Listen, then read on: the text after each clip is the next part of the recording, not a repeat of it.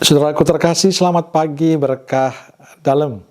Sudah kita memberi senyum hari ini, Minggu 12 Juli 2020. Selamat hari Minggu. Hari ini hari Minggu biasa yang ke-15. Mari kita awali permenungan kita pagi ini dengan tanda kemenangan Kristus. Dalam nama Bapa dan Putra dan Roh Kudus. Amin. Bacaan Injil diambil dari Injil Matius bab 13 ayat 1 sampai 23. Salam sukacita.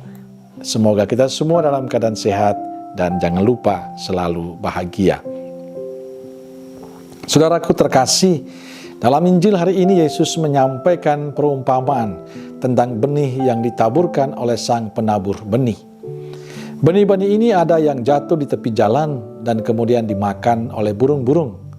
Ada benih yang jatuh di tempat berbatu, yang tentunya tidak bisa bertumbuh dan akan mati, karena tidak ada tumpuan untuk akarnya. Ada benih yang tumbuh di tengah semak berduri, yang tentu saja akan mati lemas terhimpit oleh semak-semak itu. Lalu ada benih yang jatuh di tanah yang subur, yang hidup dan menghasilkan panen berlimpah. Kata Yesus, sang penabur kiranya adalah Tuhan sendiri. Benih-benih ini adalah firman Allah tentang kerajaan Allah yang menjamin keselamatan lahir batin setiap manusia. Firman itu telah disampaikan kepada manusia, tapi rupanya firman Allah tidak selalu disambut oleh manusia dengan baik. Firman itu mengalami pelbagai bentuk penerimaannya. Pertama, kita mau melihat benih yang jatuh di tepi jalan. Ini mau berbicara tentang orang-orang yang mendengarkan warta kerajaan Allah, tetapi tidak mengerti. Oleh sebab itu gampang melepaskan kalau ada pengaruh dari luar. Mereka adalah orang-orang yang masa bodoh, yang ikut arus, yang turut ramai saja. Banyak orang Katolik yang seperti itu. Kedua, nasib benih yang ditabur di tanah berbatu-batu. Itu mengkiaskan orang-orang yang mendengarkan dan menerima firman Allah. Tetapi kalau ada tantangan, ada persoalan, mereka pasti akan menyerah. Mereka adalah orang-orang yang pengecut, orang-orang yang tidak ada pendirian, pelin-pelan dan oportunis. Yang ketiga, nasib benih yang ditumbuh di tengah-tengah semak berduri mau mengumpamakan mereka yang menerima sabda Allah, namun kemudian hilang karena dihimpit oleh ambisi-ambisi lain.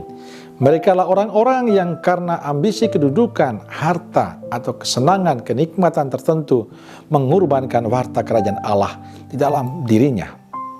Keempat, keadaan benih yang jatuh di tanah yang subur jelas mengumpamakan mereka yang mendengarkan sabda Allah dan mewujudkannya pula dalam kehidup sehari-hari. Mereka mungkin hanya segelompong atau segolongan kecil saja.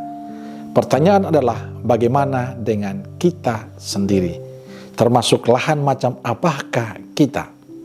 Saudaraku terkasih, tanah hati kita memang beragam, bermacam-macam tergantung pada kita.